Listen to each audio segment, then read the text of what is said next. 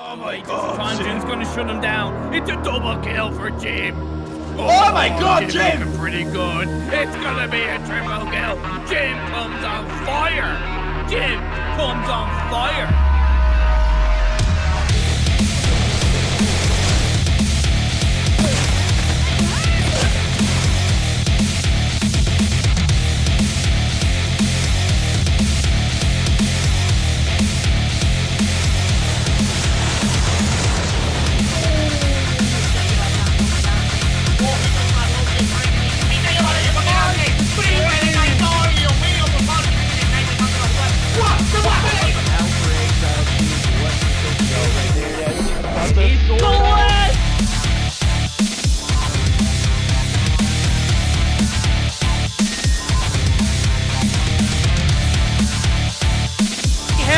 Angle, but couldn't land the shot.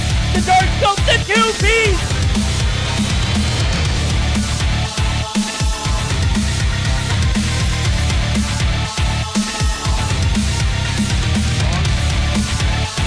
Oh my god! Cada equipo ahí contesta trató de darle ese respetazo ahí, consigue eliminar a Medusa y rápido se voltea y se destaque na marotagem, belo ângulo dele! For him, he's gonna be able to take out. Oh my god! Oh no! He was down to 1 second on the clock. Já pegou bala na cara do Master. O Almairinho vai tentando fazer o primeiro.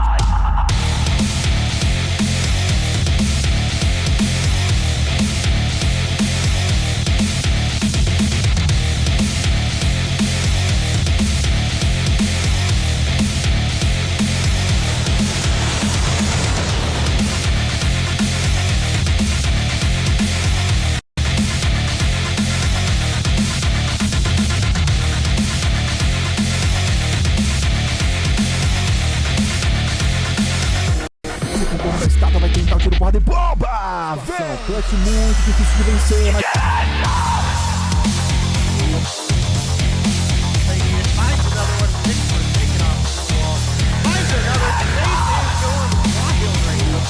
Square on the body that you hit. He no-scope for a follow right there. He no-scope!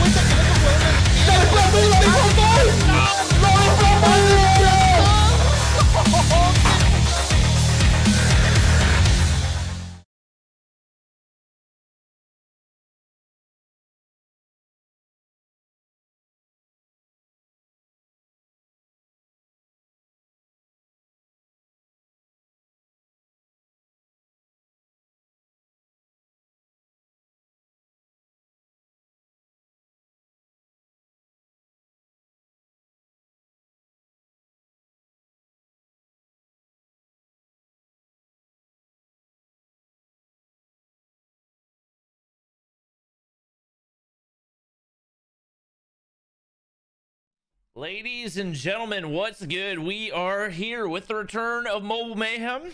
Thank you guys for joining us. Last couple weeks have been a little bit chaotic. Obviously, for the most part, the game plan has been for me to cast on Thursdays, but due to unforeseen circumstances and the fact that airlines are incredibly unpredictable, Day and Verdict had to come in with some clutch casting, so we do appreciate that. But excited to see what things have in store for us today. Honestly, before we do anything, I just need to go ahead and take a look at the standings because I have been very much out of the loop.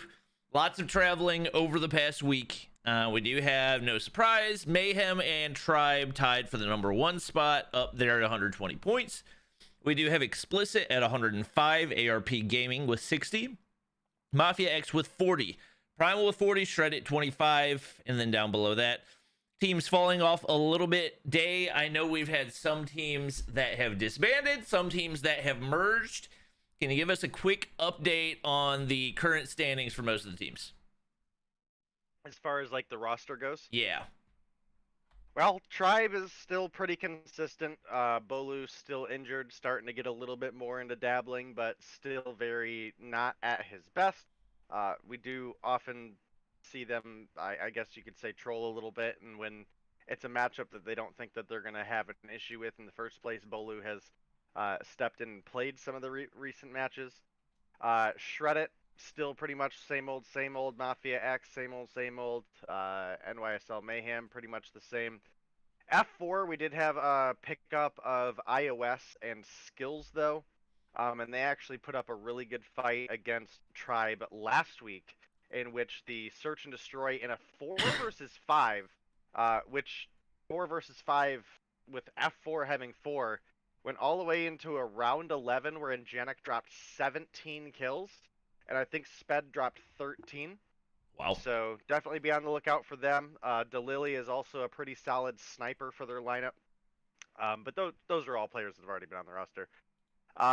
Primal had some pretty... it's hard to call them changes because the players they lost are players that weren't showing up to play anyway. And anybody that joined us last week has obviously already seen Mangoes is on the team, Bright, Xcal, and Volky. Veteran moved over to ARP. Strike Zone has disbanded, and Explicit and Arsenal have actually merged. So they're under the tag Explicit, and that's going to be Jingo, Molly, Asta, Wolver, Saxy, Solo, and Snipes. All right. I don't know all the details on that, but that's too bright. Well, all definitely good to know. Obviously, we do have our teams loaded in for game #1, so we'll take a look at the maps and bans before we do hop into the game. We do have Summit Hardpoint for game #1, Firing Rate Search and Destroy for game 2. If we go to a game 3, it'll be Standoff Domination. The Annihilator and Sparrow both banned, so lots of Death Machines. Primal banning Hackney Yard. Mafia X banning Crossfire, so just keeping you guys up to date. My emulator is not working 100% properly. Some of the spectating we'll be doing will be from my iPad, but I think that we should be able to get things for the most part figured out pretty soon right here. So once we do get that squared away, we should be good to go. But we do have all of our players loaded in. I'm excited to see what these guys have in store. For those of you who don't know, we do also have a number of new spots that have been announced for Stage 5 of the COD Mobile Championship. So we do have one new spot for NA, one new spot for EU, one for LATAM, and one for the South Asia / Middle East region. So each of those regions is going to get 3 spots, one going to Korea, one going to Japan, and two going to China. So a little bit surprising in the distribution of some of that, but we'll see if some of these guys have what it takes to show that they're deserving of one of those spots. As I think definitely right now NA is the most looking for one team to really show up big time and show that they deserve that 3rd spot. Obviously Tribe and Mayhem really showing out this season, very solid records, but outside of them, nobody else quite performing to that level. Yeah, I mean, I would agree for the most part. Truly is definitely a team that we're still looking at, even though we don't see them in Mobile Mayhem. So I can't glaze over them too much. As well as the explicit lineup, while it's kind of sad that this is the way that it happened because Yeah. Arsenal really kind of got screwed on the game battle side of things. They were a way more deserving team than a couple of the others that made it through to stage 4. And unfortunately, just with the way the brackets worked, that has forced Arsenal to look for other options. And we had two teams, Arsenal and Explicit, that were actually looking pretty solid despite being outside of originally the top 2 or 3. You know, we're definitely inching up there, but just needed a little more consistency out of them. They've now been forced to merge, and that's going to take some more of the talent that we had been seeing in North America and compacts it further down onto one team. So I don't like it, but again, they're put in a position where this is kind of what they have to do, right? Because these players aren't going to not fight for a world spot, you know? Yeah, exactly. We do have the announcement of the prize pools for Worlds or not for Worlds, but for Stage 4 as well. So it's actually going to be exactly the same as it was previously, $50,000 on the line. Very similar to the Masters prize pool as well. So $15,000 going to the top team and then dropping down from there. Obviously, with $2 million on the line, some people probably expecting that it would be more, but at the same time, that means there's that much more of a reason for you to be fighting for one of those world spots as opposed to really maybe messing around a little bit whenever it comes to stage 4. And it's definitely going to bring out the best, I think, for each of the teams. We do have everybody loaded in and good to go. Hardpoint Here we go. identified. Hopping in the game Time for number the 1, lead. we do have Primal going up against Mafia. It's going to be a hotly contested first hardpoint. Reckless is going to find 1 kill off. Hardpoint lost. A We've little bit taken of the a lead. difference in the way the kills are displayed as well. So I think Tango down. definitely looking to be a good one as we do hop in right here. Yeah, definitely could be one of the more exciting matchups, specifically just in the fact that both these teams have had a similar level of performance. As well as I wouldn't say we're fresh in a new meta, but we are still very early on. Obviously, the MX9 has been an incredibly strong choice for a lot of these pro players so far this update. And you know, to be fair, it is quite often what happens when a new weapon comes out. Not always, but they do tend to be a little bit on the stronger side early on, right? They're trying to get people to grab them their lucky draws. Yep, and it looks like for the most part it is going to be primarily MX9s and Fenix. No surprise right here. Once we get into some of those longer angles, we might see the Holgers start to come in, but for the most part, Fenix, we'll see some people rocking the shorty as well. Obviously, the ability to one-tap up to 10 meters, pretty strong for a secondary. Not too surprising to see that either, but it is going to be Mafia X taking a really solid lead off the start right here. I would say, especially as far as the scoreboard goes, most people would consider them to be the underdog. We do see Primal already taking control of P2 right here, but we're going to have Volky getting spotted out. Hermes trying to make something happen. Trophy is going to go down. Lots of contests from both directions. He's going to find kill number 5, and taking a look at the scoreboard right now. Pretty even distribution. Looking over at Mafia X, Mango's struggling pretty significantly, but outside that, everybody on Primal looking pretty good right here. So it looks like it's going to be a fun back and forth matchup, as we do have, it looks like a break coming in toward the end of the hard point to find some additional time for Mafia X. Yeah, Mafia X off to a great start, and I definitely gotta say I'm glad to see Primal League having a roster of 5 players that actually show up on game day. So not gonna have any 4v5 action here today, at least so far. Meralto playing out as much as they can right now. 8-7-3 / coding 9 and 9, Bright 8 and 5, and you know, thankfully Volky's putting up better numbers today than he has in the past couple weeks of competition. Definitely an opportunity for Primal to turn things around here, but Mafia X, they're building a lead. They're looking to extend it even a little bit more. Yeah, it looked like it was going to be a pretty easy one for Mafia X, but a little bit of potato regardless. Hermes calls it up. Big dupe piece right there. He's already in the double digits, 11 and 7 right here. And that's actually going to be the entire team of Mafia X already in the double digits. Meanwhile, only 2 people. Let's go. For Primal making it up there. And right now, pretty big struggle for Mangoes. This is not something you would expect to see from a player that's as experienced as he is. Only 3 kills on the board, and unfortunately for him, he's spawning all the way across the map with Mafia X already set up on the inside of the hard point. Things not looking great for them, as this is not going to be an easy one to break. We do see a lot of Primal players pushed up into that top side and in a good position to apply some pressure, but man, the kills just absolutely coming through right here. Mafia X torches them on the entry. Another one coming in from the backside. 70-point lead for Mafia X, who I think most people would say has been one of the weaker teams in Mobile Mayhem this season, but especially going up against a team that has qualified for stage 4 of NA, putting up a really solid performance, largely in part to Reckless finding some big kills right here. He and Hermes combining big time to go 33 and 18, and it looks very much like they might be able to close it out on that rotation back to P1. Enemy contact. Mafia X are gonna be within 50 way of win. This is definitely a spot that Primal need to pull themselves together and turn this around, because if you look at the scoreboard, with the exception of Mangoes, who is struggling quite a bit here, the kills aren't that different across the board. Definitely not a difference of 100 points, or what you would expect at least, for how one-sided this game has been. A lot of that has just been the positioning of Mafia X.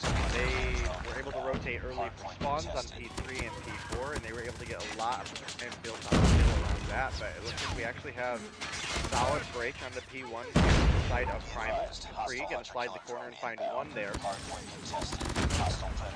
Ooh, Hermes gonna find a big 2-piece right there, and more than likely that's gonna be enough to close this one out. Some nade damage coming in, a little bit of a contest for Primal, but they've just not been able to find any traction so far. Mango's going to try to slide in the backside. Doesn't have enough time. Was only able to muster 6 kills throughout the entirety of the match. And that is not going to be a great start for Primal, who's definitely looking to start building some momentum as they get ready to move into stage 4 and everything that's happening there. Obviously, Meralta with a solid performance, but it really came down to Mangoes not pulling his weight. 6 and 21 over triple negative right there, and you can just see consistency across the board over on the side of Mafia X. Hermes with a really solid performance, plus 11 right there. It's going to be enough to get them the win in game 1, and that is going to carry us on into game 2, Search and Destroy. Yeah, I was actually just pulling up. Our Search and Destroy here is going to be on a firing range, and Primal is going to be on the blue side, which, if I remember correctly, I think is defense round first. So definitely a lot of opportunity for them to turn things around there. It's not standoff, which has been, you know, arguably their strongest map, but it is definitely a mode that they excel in, especially Meralto. He's an incredible sniping talent for this roster, as well as Mangoes is a big slayer for them in Search and Destroy, even though he didn't quite show up in the respawn here. Only able to pull together a 6 and 21, unfortunately for him. And Foreign, who is normally kind of the star of this Mafia X roster, actually not top fragging here today. It is going to be Hermes, who's able to pull together a 24 and 13 with 49 seconds on the clock as well.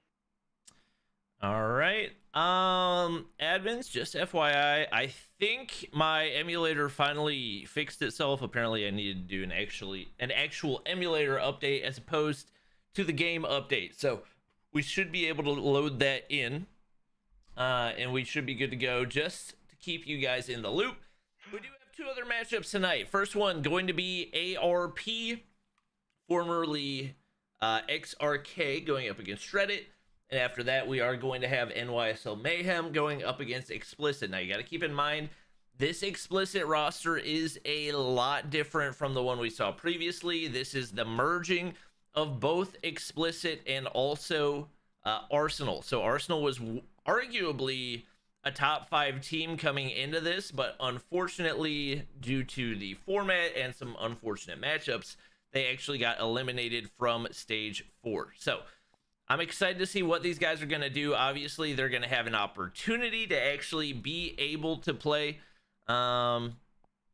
in stage 4, and I think they definitely deserve that. Whether or not they're going to be able to make it through, we'll have to wait and see. And my emulator is still not working. So admins, whenever you are ready to go, I am ready to go as well.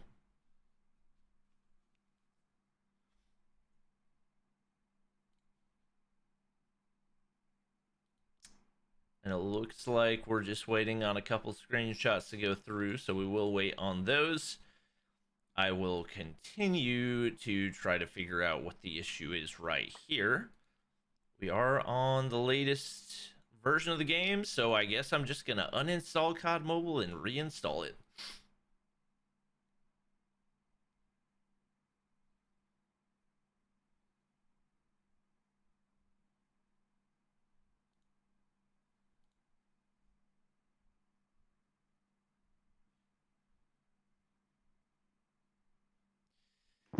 And I think we are trying to get some screenshots from our players, so hopefully we can get that squared away pretty soon.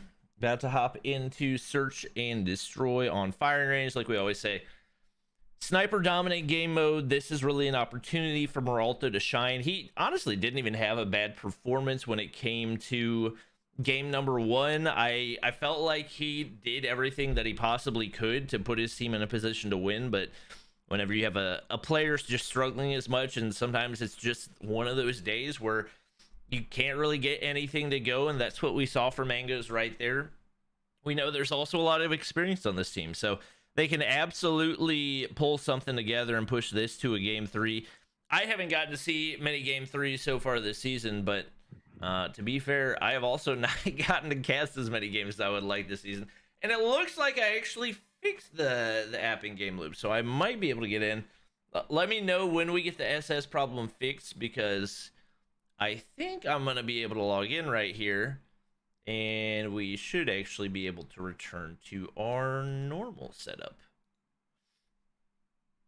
Fantastic. I definitely think everybody's biggest matchup that they're going to be looking forward to is probably, I mean, it has to be your NYSL versus Explicit, right? Yep. And this is kind of one of the things I was mentioning earlier too, is looking at the roster, it looks like it is basically AR with Snipes and Solo as a sub.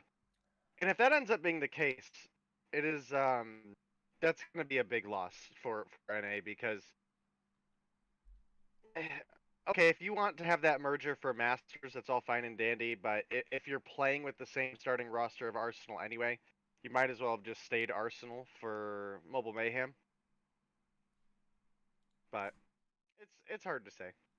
We'll have to see what their roster is when we get there. Yeah, I'm excited to see those guys. I think a lot of people, especially people that have followed the North American competitive scene closely, are probably disappointed that they weren't able to make it. So obviously you would have liked for both Explicit and Arsenal to make it in an ideal world. I think there are some teams that made it in primarily just due to the fact that iPads were not banned for stage 3. But at the end of the day, the fact that one of those top 5 teams is going to get a shot at playing in stage 4 always going to be a good sign, and going to mean that the North American stream is going to be that much more entertaining. For those of you who didn't see the additional information on the dates for when each of the regions is happening, I believe the first one is going to be the weekend of the 21st of August. I believe that's going to be South Asia and Middle East. Following that, we'll have on the same weekend both Japan and LATAM, so that's going to be the weekend of the 28th. Following that, we're going to have, I believe, EU on the weekend of the 3rd, if the dates are right in my mind. And then a couple weeks later, I believe the weekend of the 17th, we will have North America, or either North America, I can't remember. It might flip-flop those, but either North America or EU closing things out. Yeah, I was actually just trying to pull it up as well. I had it, someone DM'd it to me yesterday and I can't remember who it was. So I'm like looking through all of my COD Mobile DMs from the other day.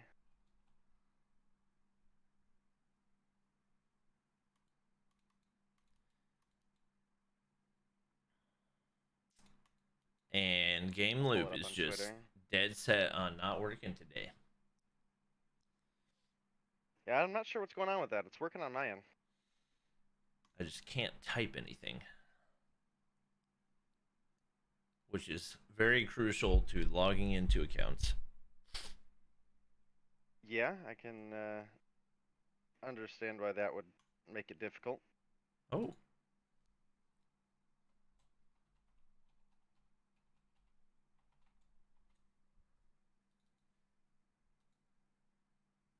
I might have figured it out. Yes, let's go. Okay. We get to return to the non-scuff display. We'll go ahead and hide the iPad. Admins. Actually, oh, look at that. B already sent me an invite. And it did let me join. All right. Well, there we go. But I might not have the maps downloaded, just FYI, so those are in the process. Move over Bobby. Okay. We're getting ready to play Firing Range, so that's the only one that I need downloaded. And I think I actually already have Firing Range downloaded, so yeah, we should be good to go whenever. Fantastic. Definitely waiting to get to that game 3 or match 3 for tonight. That is going to be exciting.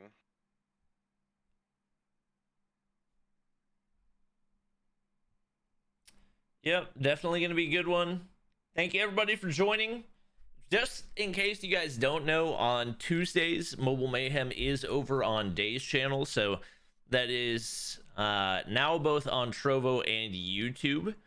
Mods on YouTube, if you could put his YouTube stream link in chat, that would be fantastic. Trovo Mods, you can just tag him, and that should cover it. Mafia X has been DQ'd for improper screenshots in Hardpoint 2-1 Primal. 2-1? 2-1 or 1-0? Okay, 1-0 Primal. 1-0. Okay. So now we're good to go to hop into game number 2. Son of a mother duck. Why do I have to have Crossfire downloaded when we're going to watch Firing Range? I don't understand. What? What? Okay. That's pretty epic. That makes a lot of sense. Word. Well, if you can give us a minute, chat. All the maps should finish downloading momentarily. Gotta get the crucial ones to Doll Harbor in there. Everybody's favorite ranked map. And Crossfire is megabytes away from finishing. After that, we should be good to go in 3, 2, 1, go. I already. Okay, there we go. Woo! You love to see it. Enemy has dropped the bomb. Bomb spotted. All right. We see some of the crystal ether coming out as expected. Reckless got it on the locust right there. Hermes hopping in. And it is going to be on the offensive side. We have Mafia X, who did get a DQ in game 1 due to improper screenshots. So we are going to have First Blood going in for Hermes off the start. Mango's going to drop. It is just not his day today. A First Blood that early, definitely a really good sign, and also as expected. Most of the time, not only the snipers, but I would say you probably expect most players to rock a shorty as their secondary. They have some sort of, I don't know if that's a glitch or if it's supposed to look that way, but We had lasers from the trip mines going all the way to the moon. Hermes not going to be able to hit the follow-up right there. It's going to be a 4v4. Bright finds one. You And can toggle that on and off. That's a new feature in the okay. spectator client. All right. It's I believe it's called throwable trajectory or something like that. Noted. Ooh, Capri finds a big two-piece right there.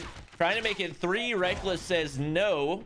1v2 for him. Going prone, trying to regen. Gets behind the table, and Moralto seems to be very confused as to his location. That's going to be another easy shot, but Volky capitalizes on the hit marker, able to get the kill right there. It is going to be Primal taking round 1. Bomb spotted. Enemy has dropped the bomb. Yeah, that's definitely big for Primal, especially after they were able to pull together that disqualifying win in the first round. They could potentially close things out 2-0 here, which would allow them to pick up 20 points for the evening, which would be really solid for them because they have been struggling for quite a while. The concussion going to come through and going to give Mangoes a kill onto Reckless iOS, or onto 4 in there. Yeah, I'm not really sure what was happening. It looked like Reckless had to get the kill after his teammate had already run through the room. So it is going to be man advantage for Mafia X right here. Shinji getting the regen. Trophy system goes down to the backside for Hermes. And you look over at Primal, it's Mango's just waiting for somebody to make a mistake in the top side. As sniper in hand, and I believe actually 2 snipers in play for them right now. They're honestly pretty much chilling, as they've got a lot of options as far as the long range plays and kind of waiting for Mafia X to make something happen. Mango's gonna find Shinji just like that. It's gonna be a 2v2. Hermes playing the patient waiting game on the backside of this little cubby right here, trying to find Moralto, but doesn't see it. But Moralto misses the shot. I mean, you're not gonna get a freer shot than that one, but that's gonna leave Hermes alive, and bomb is down right over by the site. Mafia X taking a really long time to go get it. Obviously, Planter probably got sniped off of that. Mango's gonna spot him, and there's gonna be another kill. We'll see if he can find the final one to close it out. And I mean, I'm just not really sure what Mafia X is doing right there. Is one by one they run out in the open and feed the kills to Mangoes. 4 on the board for him. Yeah, definitely been a big game, and that's why I was saying earlier, he struggled quite a bit in the hard point, but he is a true slayer in search and destroy. Him and Moralto are typically my 2 main ones to look out for on this roster. Capri is formerly Codeine. I'm sure you recognize him under that name. He is also a very solid player as well.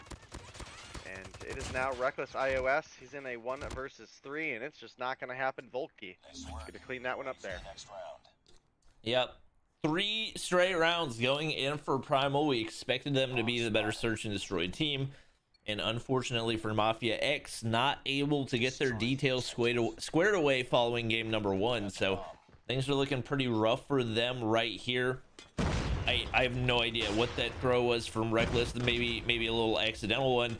They are absolutely full sending up into B right now. Volky waiting. Nobody actually on the site right now. And they're not really able to get any type of advantage outside of that control of the bomb site right here. Obviously, Shinji waiting for somebody to, or for something to happen. And it's going to be Mango still waiting up in that top spot. He knows that they're not making any type of push over toward A. He can pretty much chill right here. Capri's gonna find one. Bright finds one. Capri finds another. Things just absolutely falling apart right now for Mafia X. Players left and right. Innocence getting pinched from every direction. Capri gonna find the final one there as well. It's gonna be a 4-0 lead for Primal right here as they look to close this one out early. Yeah, looking to be the case, and again with Mafia X with a unfortunate DQ of the first hard point, as a couple or one of their players, I'm not even entirely sure, but someone did not get their proper screenshots. This could be a big game for Primal. Again, they've been struggling the past couple weeks. Granted, they have had some tough matchups, right? Like they went up against NYSL Mayhem the other day, actually had a pretty solid performance. Pushed them pretty late into the search and destroy, but definitely a big opportunity for them to show what they're made of. Capri 7-3 right now, but Mafia X, they actually find a couple kills, and they have the single player advantage right now. And a couple more trades coming back and forth. Maybe I was the only one that could hear it, but I was just watching a Mafia X player sit there, and you could hear the shotgun shots probably 5 feet away in his ear, and just wasn't able to get anything out of it. It's going to be another full-on squad wipe for Primal. Capri's going to get the defuse right here. He's got 9 kills on the board, and they're 1 kill away from closing this out in a 2-0 victory and potentially a 6-0 clean sweep right here, which obviously, especially following the strong performance you had in game number 1, would be really disappointing for Mafia X to see.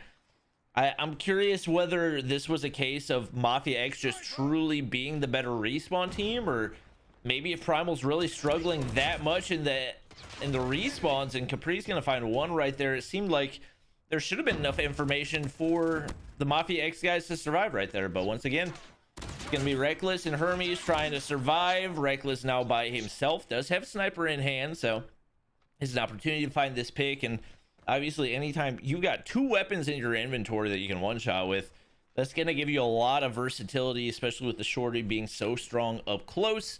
Nobody for Primal anywhere near that bathroom area. Volky gets the plant down onto B, and pressure is on for Mafia X as Reckless gonna try to find a way to close this out and extend the game a little bit longer. Yeah, and I really like Hitman's explanation of the shorty. It's not strong for a shotgun, but it is very strong for a secondary, and I think that is the key point there, especially for snipers, in which case you may not need additional damage, or you may not need a lot of additional damage to follow up for a kill, but that is going to be Bright picking up that one with the holder, and the 6-0 win is going to go over to the side of Primal. That is also going to give them the 2-0 in the series. I do see some people talking about it. Yes, in fact, Mafia did win the hard point, but they failed to produce the proper screenshots to show that they are playing on a eligible device, and that is why that is going to be the 2-0 victory for the side of Primal. Yep, Capri, big game for him. 10 kills on the board. Nobody with really a bad performance, and I just really hate the way that they keep changing the scoreboard at the end of the game. We don't even know how many times each of the players died. I don't know why they felt the need to take that out. Hopefully they change that sometime in the future, but obviously solid performances all around. Volky, not able to get a ton, but whenever your team goes 6-0, you really can't complain too very much. And I believe we did actually have 1 player quitting before the end screen over on Mafia X, so that is going to be a 1 week suspension for whoever that player was as well. But that's going to lead us into match number 2, and looking at the schedule, that is going to be ARP versus Shreddit. You got to keep in mind the top 6 teams overall will be moving on to the quarter and semifinals. Right now, ARP in that number 5 spot, and pretty big drop off after number 6, which is Mafia X. Obviously, Arsenal no longer in the running. Strike Zone no longer in the running. F4 is no longer in the running as well, right? No. Okay. Not realistically. Well, but do they still have a team in it? They still have a team playing. Okay. Yeah. Okay, so we have 8 total teams that are like actually in Mobile Mayhem right now. Because we don't have Arsenal, and we don't have Strike Zone. No Arsenal, no Strike Zone, correct. Okay. So realistically, it's a battle between more than likely Mafia X and Shreddit for that number 6 spot. ARP going to be going up against Shreddit, so a lot on the line. I would say a lot on the line for ARP, but honestly, they're pretty much chilling right now, and Shreddit has a lot to prove, especially trying to make it into one of those top 6 spots.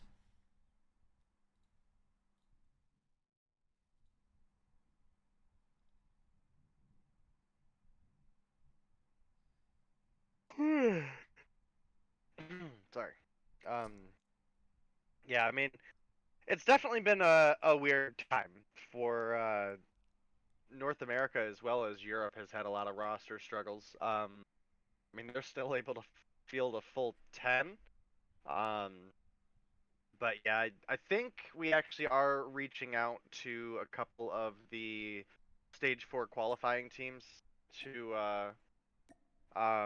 see if we can get a couple of them to come play in Mobile Mayhem, just to give them some extra practice. It obviously wouldn't be for any prize money, especially since I don't think there's enough weeks left for them to actually place. So Yeah, I would love to see some of those teams that are not quite as recognizable.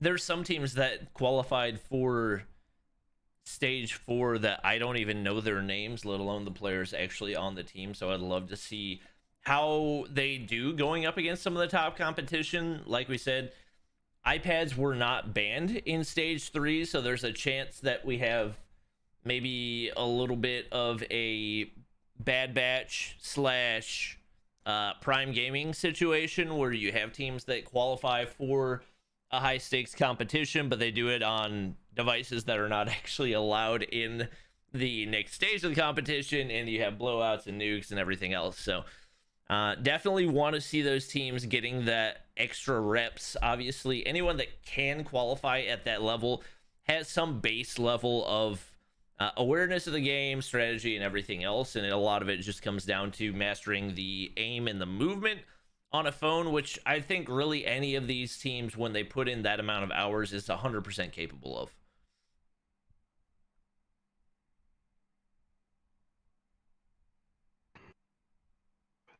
can't do the light anymore. Yeah, I definitely I don't necessarily think it's a fault of the team either, right?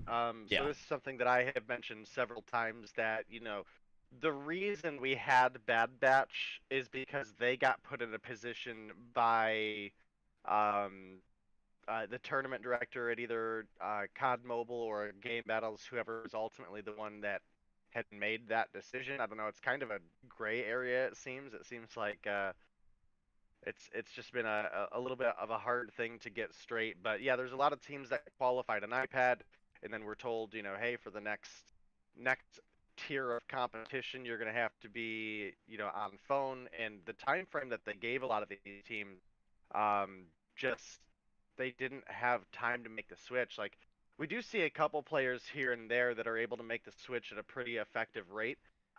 You know, looking at the likes of Space, you know, a couple weeks into him being on the phone. I mean, even just a week of him being on the phone. I mean, that was a pretty impressive transition from him. And now he's, I believe, moved on to, he's playing Six Fingers on his phone, if I remember correctly. So he's gotten even better since then. Another big one who we unfortunately don't get to see in NA anymore is Cheto. He has recently made the switch over from iPad to phone so he can continue competing, and he's done pretty solid as well. So, but not everybody can make that transition that fast and with that level of precision. And for your typical ranked warriors that are playing on iPad, for them to hard grind and have the time to dedicate as a team and as an individual to switch over in a week, it's just not realistic. Yeah, definitely hoping we do see better things out of these teams. And it is a little bit interesting that over the course of Masters, we didn't really see any improvement from teams like Bad Batch or Prime. I don't know if that is because of the overall skill gap from top to bottom in NA, or if they kind of heard that they weren't going to be allowed to play on phone and just kind of gave up. But they definitely could have had an opportunity to at least make a top 8 and try to get some of that prize money. And I think a lot of it does come down to the dedication of the players, because like you said, Space put in the work, and in the span of probably a week or two was able to get to the level where he was able to compete alongside those Mayhem players that have been playing on phone for a year plus now. So we know that it is 100% a possibility. Some of it does come down to past experience on phone, whatever it is, but these guys have put in hours on hours. And I think a lot of people, when it comes down to it, don't even realize how many hours each and every one of these players actually puts into the game, especially at the top level. The teams like your NYSL Mayhems and your Tribes are putting in at least 5 to 6 hours of scrimming every single day. And especially once you get to the point where you're moving towards stage 4, moving towards stage 5, when you got $2 million on the line, they're putting in that much more time, as they really are trying to be the best that they possibly can to have a shot at that $2 million prize pool. Definitely a lot of money on the line, and if you're if you're an iPad team, you definitely have to be worried moving into the level of competition. You know, I don't know for a fact that Destiny Official Gaming is an iPad team, but I I have my kind of suspicions, just based on not having seen them in any other tournament medium of any sort. You know, your mobile mayhems, your challengers, um, your Meeseek Sunday showdowns, things of that nature, and it's just um, it is possible it is a new team that is playing on phone, and they could actually be good. You know, that's kind of the gray area of stage 3 as well, is that none of that was streamed, so we don't really know how those teams made it. I mean, we don't know if those were banger matches all the way to the end, or if Destiny Official Gaming just straight slapped the competition across the board. And some of the other unknown teams, I don't necessarily want to call them bad, because again, I haven't seen them play, and there absolutely could be upsets. Um, yeah, I mean, outside of your like top 3 or 4 for NA, I don't see any um, random ranked team coming in and knocking down your ARP or your NYSL Mayhem or your Truly or your Explicit. So we'll have to see. Yeah, and I think part of the reason that we do have teams like that we've just never heard of before comes down to the format of it, and that you have completely randomly generated bracket for 128 teams, and there's teams that could very well make it to that top 8 position without having any real competition that has competed at that level before. So I think we see that on the flip side as well, in that Arsenal got so unlucky in the fact that they got matched up against both NYSL Mayhem and Tribe, and as a result got knocked out and weren't able to make it into one of those top 8 spots, because they got as unlucky as some of the other teams got lucky in having an easy path to those finals, where they're pretty much just going up against ranked warriors the entire time.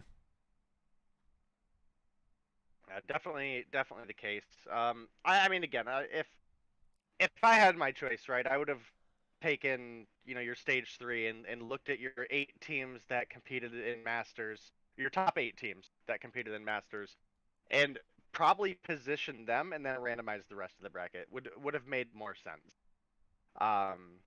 Because again, depending on what the roster looks like when we get into the NYSL versus oh god, I can't think, Bobby. What? Explicit. Yeah.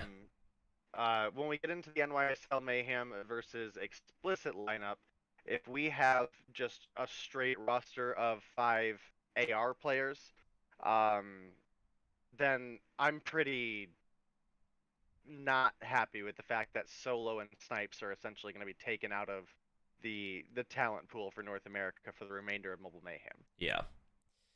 Yeah, it is a tough situation, because you do want to capitalize on the amount of talent that you have like on those other teams, and yet at the same time you understand the importance of the chemistry of a team and the fact that those players on Arsenal have played together for a really long time. So you kind of have to hold those two in balance and try to figure out if there is a good way around. I feel like there were definitely players from Arsenal that struggled significantly, especially in their recent performances in both Masters and in Mobile Mayhem. So I would definitely love to see Solo at least get a shot at performing at that level, because he's a player that we know is capable of doing that. But we'll have to wait and see. We do have all of our players loaded in, just waiting for some ready ups and some screenshots.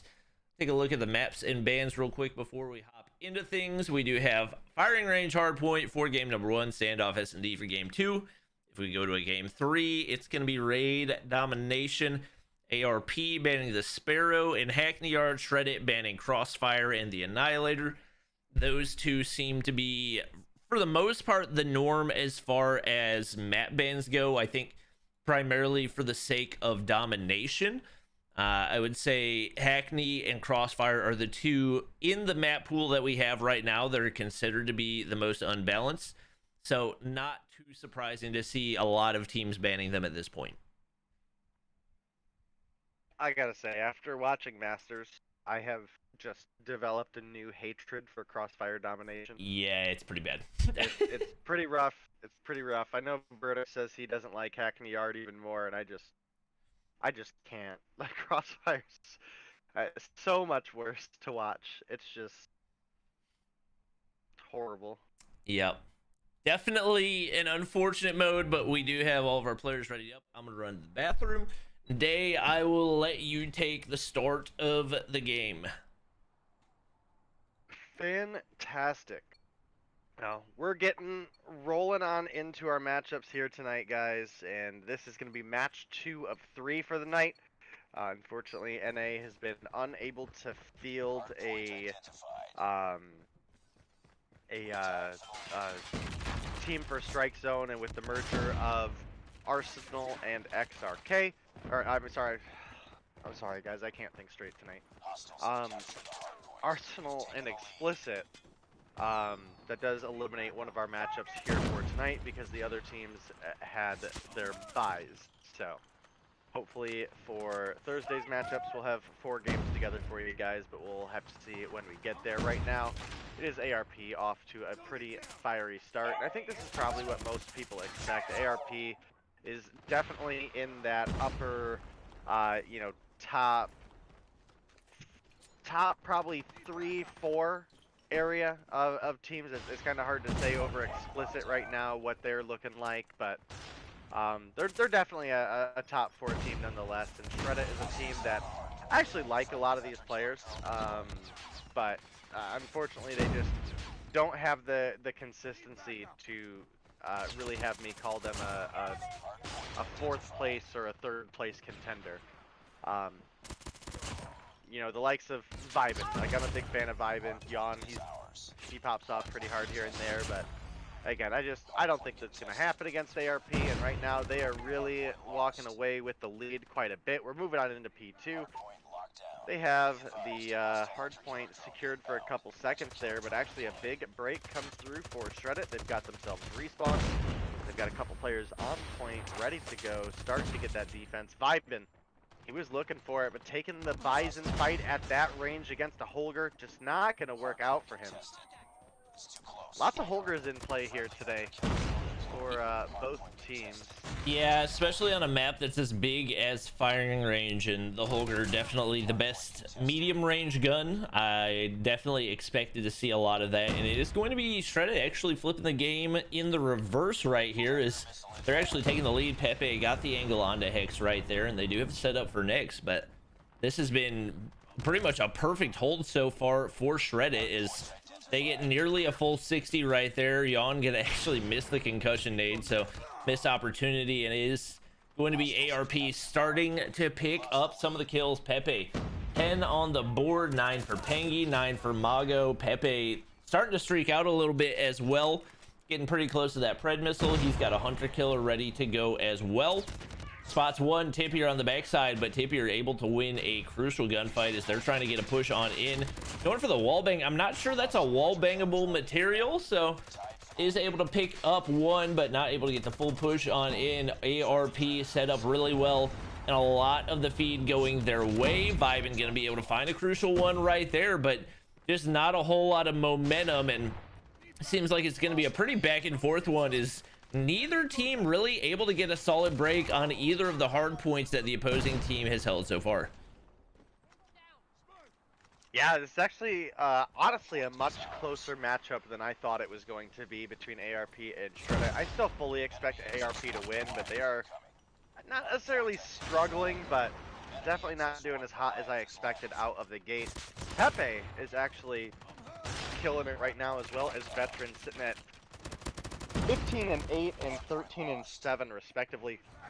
Meanwhile, looking over at the opposition, the only positive player we do have on Shreddit is Tippier, who's sitting at 15 and 12. So not Not a great performance on the side of Shreddit, but their rotations have been pretty solid, and they've been able to nab quite a few points early on in this game. Yeah, once you get veteran on the inside of the hard point with a Goliath, that's going to get you some significant time. It is actually going to be Shreddit making the push on in. They get the break right here, trying to find some additional time. Mago on the backside takes a little bit before being eliminated, and veteran trying to make that push on in. He's got the death machine in hand. Vibin hears it, slides his way around the corner, actually able to find a huge kill right there, and that's going to eliminate a lot of that utility for ARP right now. Is Shreddit trying to find a way to make their way over to P1. Junior's going to get beamed by veteran on the backside. He seems to be right place, right time a lot of times recently, and finds another one right there. He is now 16-9, make it 17-9, beaming one out of the inside of American, and it's a lot of time going in for ARP. Shreddit was able to keep it close for a while, but some of those kills starting to snowball, like you mentioned, Day. Just not a whole lot of kill advantage over on the side of Shreddit. It's mostly been based off of their rotations and holding the hard points once they get the initial break, and especially with Jesus saves, getting a cluster strike right there, that will likely seal the deal.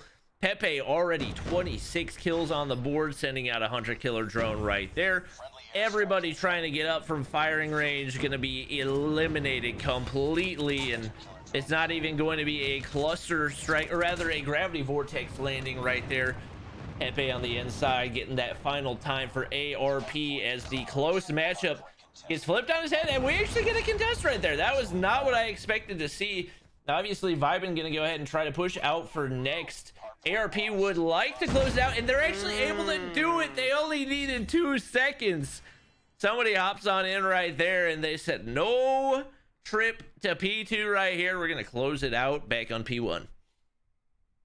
Yeah, and unfortunately, when you get into a position like Shreddit we're just in, they did abandon that point because, you know, they didn't think anybody was going to touch in time for those last couple seconds. You definitely saw a couple players rotating toward next, and that's unfortunately what they had to do. They could not afford to give up the end of that hard point. They needed at least one person to be anchored onto that point to contest, even just a second, because ARP win it off of that 0-second miracle tick. And sometimes that's just the way the cookie crumbles. And can't really complain. Like I said, this is kind of the outcome I expected, but specifically P2 for the side of Shreddit was absolutely huge for them. They made an early break. They were able to hold spawns. They were able to hold the point. That is where they got a majority of their score on the board, and right after P2 ended, it did largely start to slide more and more in favor of ARP, who leading the charge. You definitely got to give Pepe credit, 29-13. But Jesus saves, I have to think he was probably getting real close to some big streaks, because he was sitting down at, I think, 2-6 early on in the game, if I remember correctly, and ends the game 21-8. That's pretty huge. Yeah, he did actually finish the game with a cluster strike, so he played a really big role in the second half for them. He's usually one of their more consistent players, obviously a former NYSL Mayhem player, so you know he can compete at that top level with those guys. And I know from what I've been seeing, he's also just been putting in a lot of work, trying to grind as much as he possibly can to get one of those top spots in stage 4. So expecting to continue to see big things from him. We are getting ready to hop into search and destroy on standoff. As always, the sniper is going to play a big role. And over on Shreddit, I want to say Vibin typically our go-to sniper for that team. Yeah, I would say Vibin is probably your go-to sniper. But I'm going to be honest, I don't know a ton of the guys as well as I would like to over there. Jan, again, he has some pretty good games. He has some pretty bad games, but I can't necessarily say that I've ever seen him, like, consistently snipe.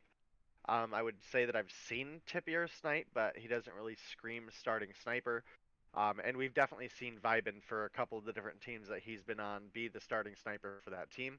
And I'm definitely glad you mentioned, you know, Jesus Saves being formerly of NYSL.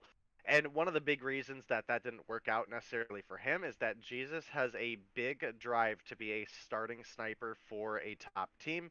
And unfortunately, for just the timing and the way the cookie crumbles, unfortunately, When you're on a roster with Tectonic and Little B, chances of you being a starting sniper, like, you've got to be super, super cracked. And that's not to say Jesus isn't good. It's just I feel like ARP is going to be a good spot for him because they have Mago, who's a good sniping talent, as well as they have Jesus Saves now, who with the limitation lifted of a single sniper, does offer them a lot of flexibility for search and destroy. So I'm excited to see that. And should one of them fall through or not be able to show up for a day, I think is a better way to put it. They also have Zia on the back line, who we know also has a lot of sniping history. So this ARP roster is not a team to be taken lightly. Yep, we do have everybody readied up and good to go. So we're going to go ahead and hop into game number 2. And to your point, like, whenever you do want to be a primary sniper and you're on the same team as Little B, you could probably make the argument that right now Little B is the best sniper in North America. I would say the only counter argument for the time being, as far as 18 plus North American phone players, I think you can maybe say ban, but I feel like Little B has been at it more consistently and for a longer period of time. Bolu was probably in that conversation. I'd put Child's way over banned right now. Okay, yeah. He's been huge for them. But definitely you gotta say, I would say probably at least top 2 in North America right now. So that's just not easy to compete with at all. We'll go ahead and see how his snipes have been improving as he makes his way toward back alley. Tippy are up in the top side, hit marker through the wall right there. Teammate gonna be able to clean it up as he gets the major assist. Hex trading out for Pengy, and actually a few players dropping off for ARP. Jesus Saves able to get the information on the player crossing through courtyard. Veteran still alive as well, and I don't know if that was lag. That looked like one of the easier snipes that you'll find one of these players having, but not able to make it happen right there, and now finds himself in a 1v4, getting pushed from multiple angles, just doesn't really have an opportunity. It is going to be Shreddit taking round 1. Yeah, Shreddit with a good bounce back there after that loss in Hardpoint, and definitely excited to see what they're able to bring to the table for the rest of this matchup. Hex, pretty big for them. He found a pretty big double kill where they needed it most, and it's definitely got to be at least a little bit of a stopper towards the momentum that ARP have built up from that Hardpoint game. Does look like we actually do have Yawn sniping. He has Locust in hand, so that is not what I expected, but vibing as well with the Locust. Junior with a Locust, Tippier with a Locust, and Hex, the only player running a Fennec right now, on their team at least. Yep, Jesus Saves nearly had a nice hop up from boxes over on the backside, but not able to make it happen. Bomb is down. It is ARP with the advantage. And actually a 2-man advantage right here. Tippier able to trade 1, but they got to make things happen quickly. Pepe is going to be able to find Vibin. Jesus Saves, slides the corner. Tippier drops. Another big round going on in, and it looks like we are tied up 1-1 right here as ARP bounces back and handles that one relatively easily. Yeah, definitely a big turnaround round there. I would love to see Shreddit come through with the upset here in Search and Destroy just to push us to a game 3, just because honestly, I hate to say it, but the North American scene has been quite stale these past couple weeks, and I'm definitely at a point where I'm rooting for the underdogs here. Absolutely rooting for the underdogs. Even though leading into today, I was certain ARP 2-0 victory. I hope Shreddit's able to clutch a Search and Destroy win. Yep, nades going out both ways. Nobody gonna drop from either of them as the bomb does go down, but it is going to be man advantage for Shreddit right here. Smoke goes out, and Pepe, I don't think really threw that where he wanted to. Jesus Saves, able to find one onto Junior, and Pepe sneaky snaking his way on up. Perfect position, but Yawn able to hit the snipe really up close. He's got a weird suppressor on it as well. Veteran gonna find 1, finds 3. I didn't get to see his POV of that. I don't know how it happened that quickly, but he shuts down 3 straight in a matter of seconds and gives another big round on over to ARP. Destroy the objective. Yeah, ARP looking pretty solid so far in the search, but again, Shreddit have so far not been really pushovers in the search and destroy, so we'll have to see. Hex just absolutely sniped Mago with the Fennec there. I can't believe he actually got the kill that fast from that range. Hex was literally at tank and sniped Mago out of mid window. That was nuts, dude. Okay, I could be completely confused, but I swear Tipier was on the inside of Cubby right there, and one of the ARP players just completely ran past him. I think it was Pepe. Not really sure what happened, but now Pepe is going to be all by himself. Finds one, but he needs three. Picking up a sniper here as well. That gives him some options, but he's not going to see Junior. Hex waiting top side of Grandma's. Junior slowly making his way on over, but it's going to be Hex, sniper in hand. Finds another big kill right there. Definitely a much needed one for Shredded as we tie things up at 2-2 right here. And they're really battling back right now, very much in large part to Hex going triple positive right here. They're going to need him to continue landing those snipes as he's played a really big role right now. Veteran doing that for ARP, and he's able to do so in the respawn as well pretty well. Mago struggling more than we typically see from him, and Pengi gonna try to regen right here. It's gonna be Veteran closing out the kill. Man advantage for ARP once again as Yawn tries to reposition. Couple snipers back in spawn. Nobody spotted yet.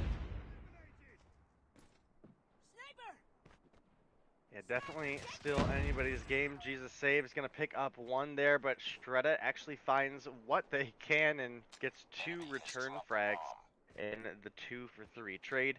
It's going to leave Tipier and Hex up against Pengi, Jesus, and Veteran. And I gotta say, that's probably not a comfortable 2 versus 3.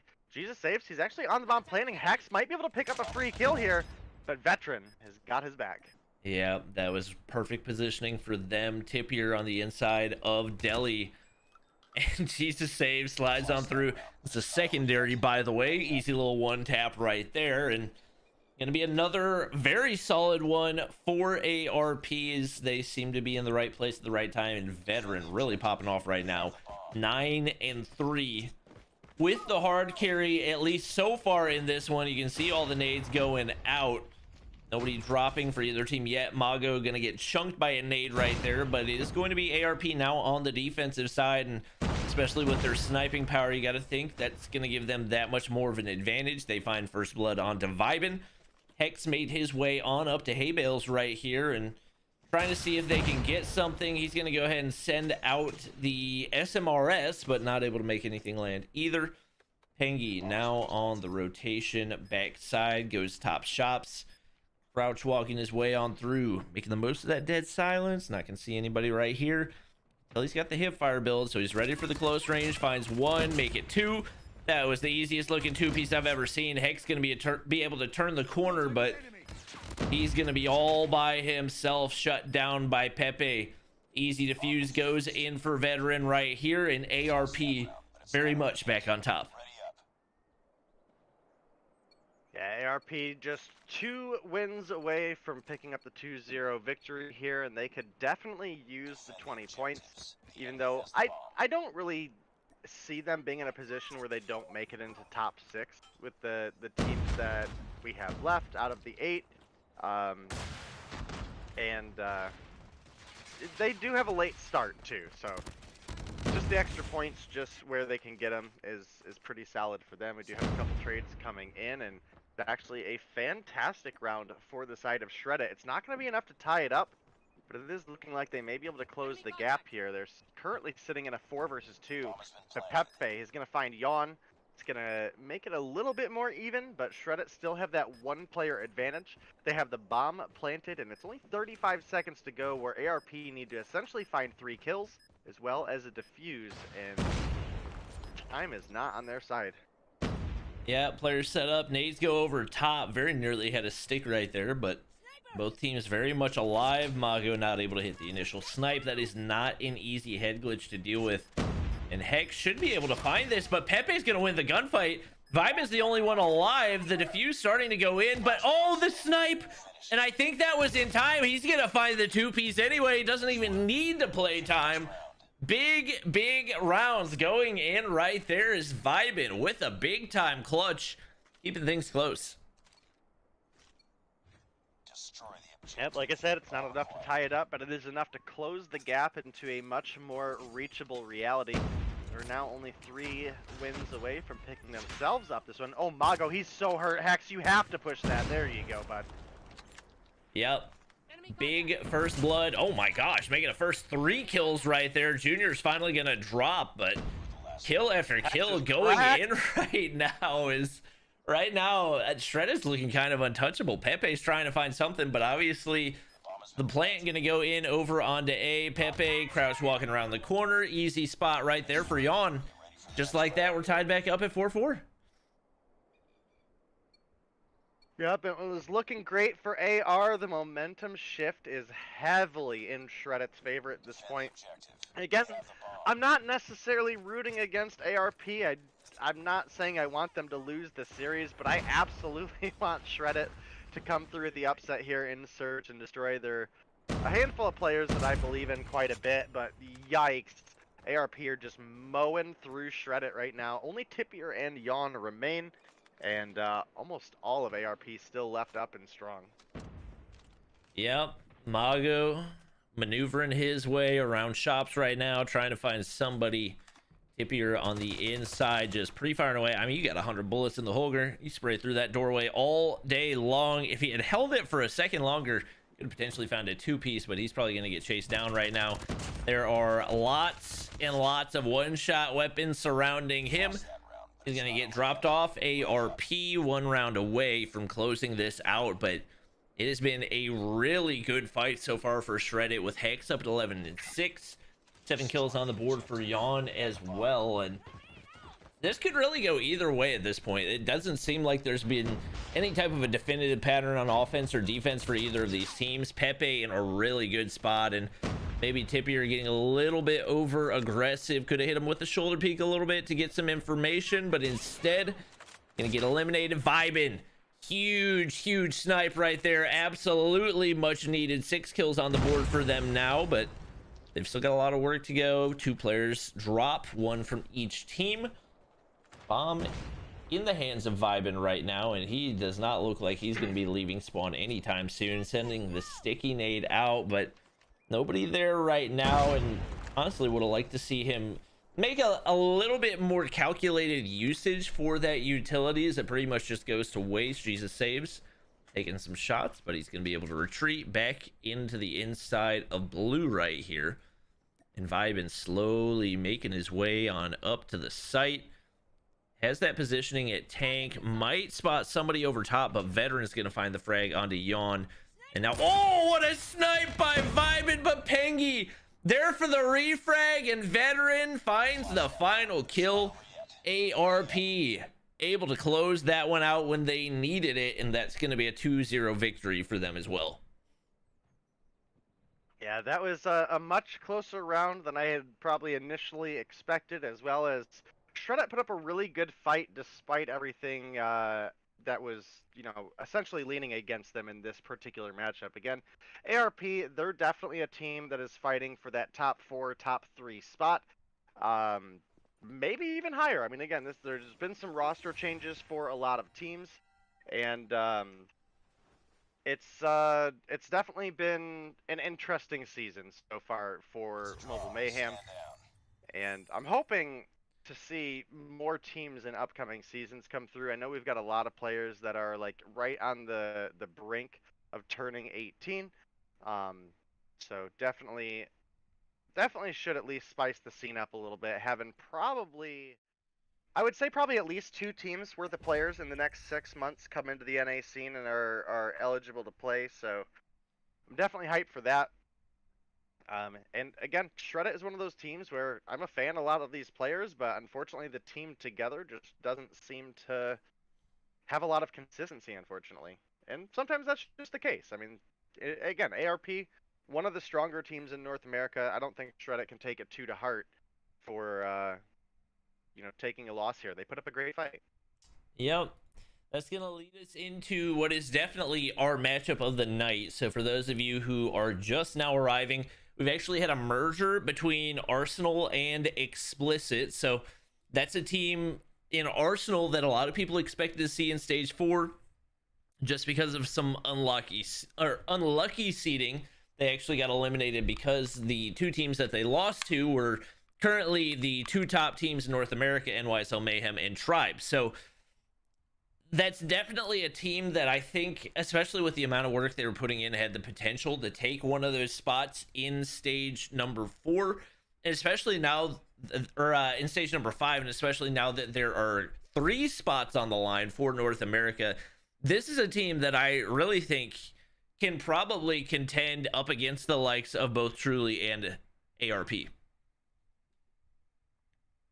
Yeah, you're absolutely right, and again, I'm excited to see what the starting lineup for Explicit is. I did I did see a couple people in chat saying that it's gonna be solo. Let me pull back up the roster real quick, just because it's flooded out of chat at this point. So looking at the Explicit roster, I believe they said it was gonna be Solo, Snipes, Jingo, Molly, and Asta. But that does, or no, Jingo, Molly, and Saxy, I think. But that would leave Asta and Wolver as subs, and Wolver is again not a sub player in my opinion. So that's pretty rough, and I don't know. I guess we'll see how they do tonight. We've obviously seen NYSL Mayhem have their struggles, but I would say the past couple weeks they have realistically been looking the strongest that they have in a long time.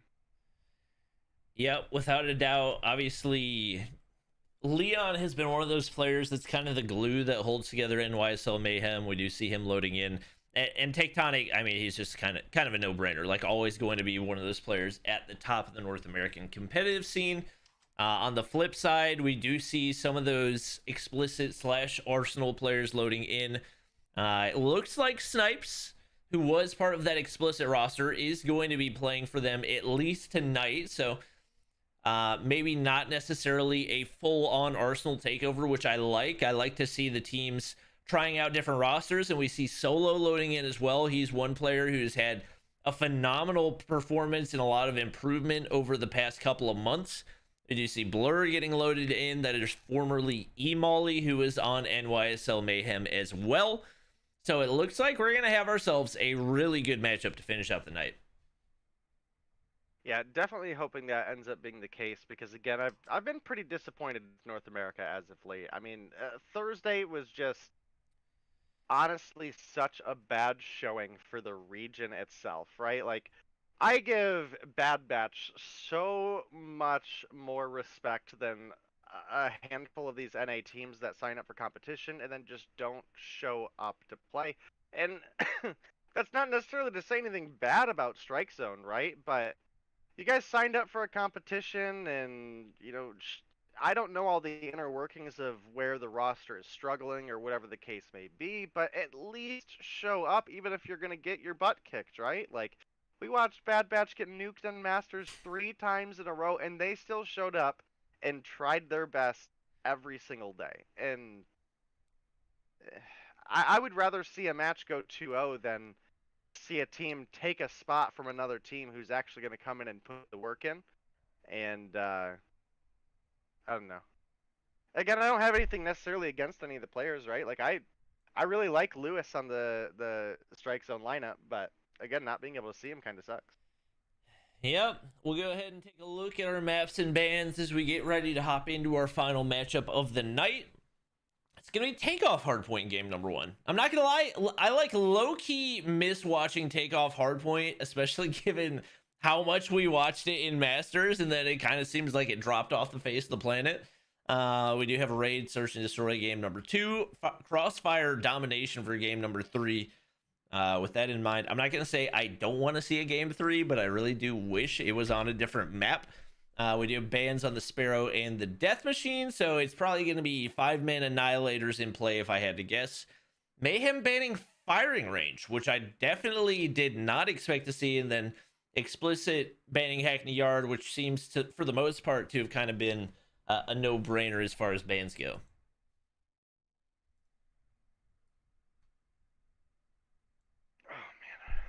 Sorry, I'm stretching there. Oh, yeah. Yeah, I mean, I think just looking at the lineup for tonight, like this was the match everybody that was waiting for. Like nobody, uh, I shouldn't say nobody. Not as many people show up for your matchups like Shred It versus ARP, right? Like again, I think everybody, if you gave them tonight's lineup and said, "Hey, predict what is going to happen here tonight," probably everybody has ARP winning that 2-0. At best, maybe Shred It 2-1, but ARP 2-1 over Shred It.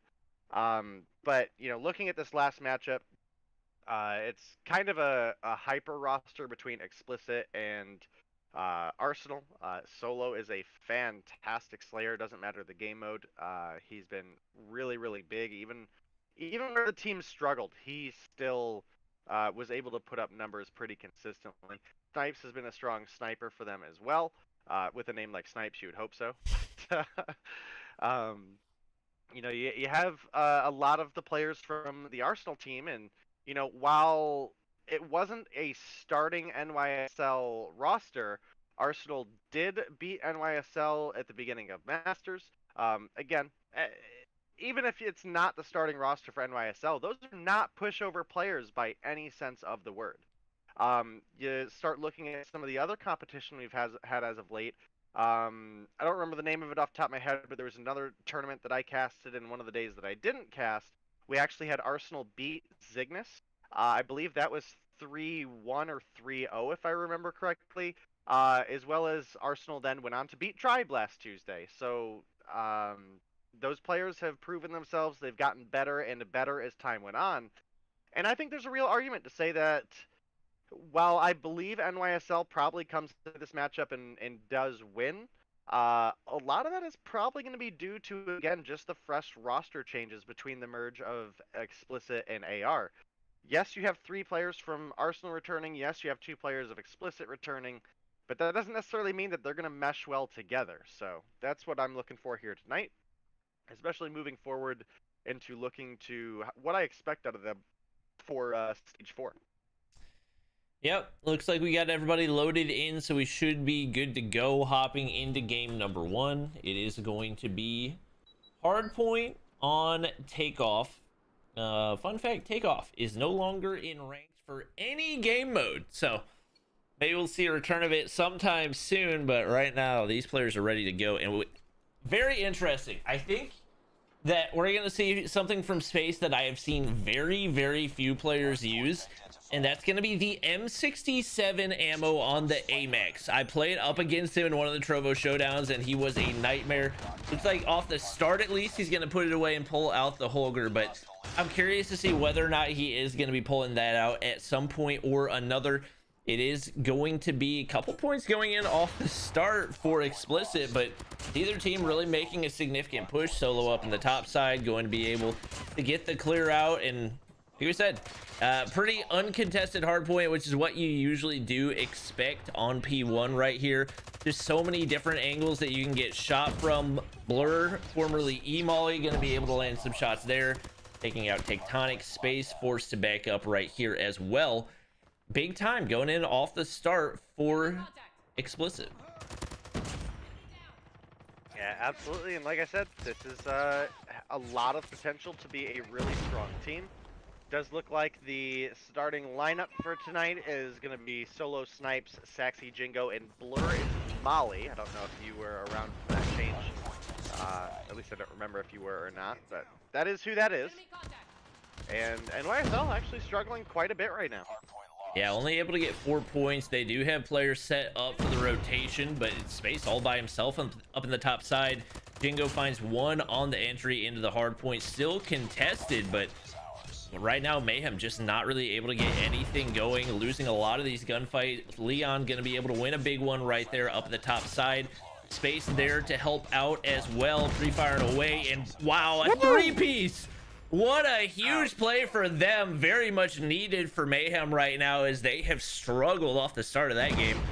5 kills on the board for him now, and getting some of that objective time too. Jingo going to be able to slide on up it's going to continue to be this explicit team getting time on the hill. Hostiles have the hard point.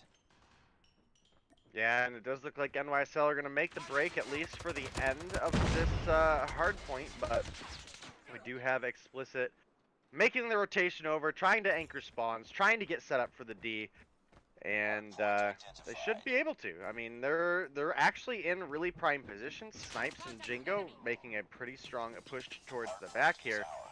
And what was starting to look good for NYSL is once again looking bad, as Explicit are in a prime position to defend this hard point.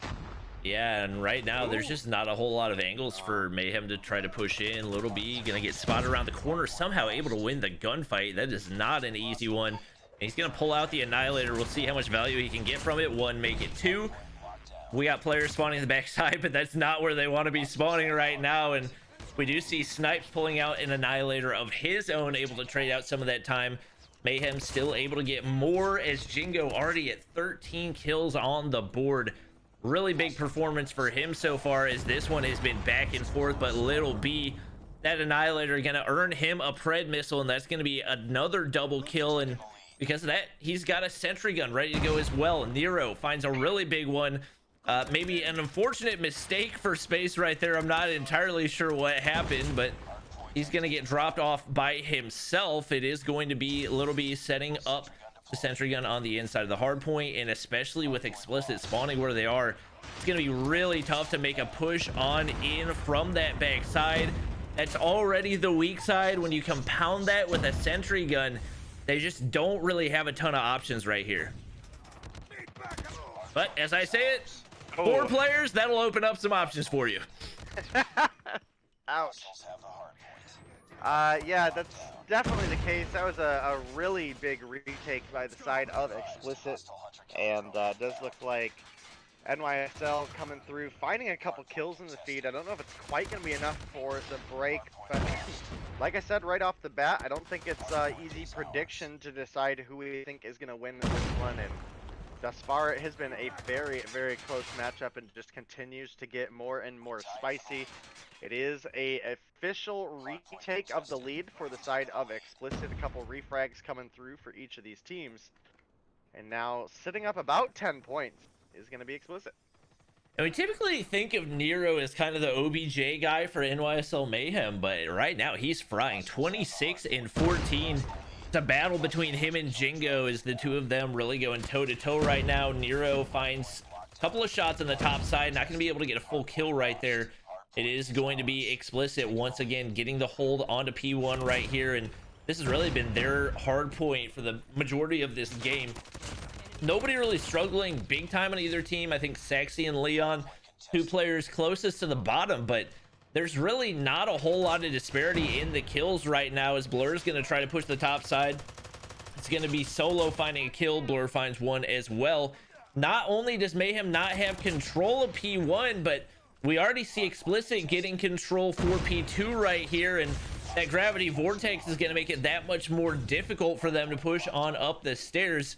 More and more of that time going in, and it looks like Explicit has a very good chance of stealing away game 1.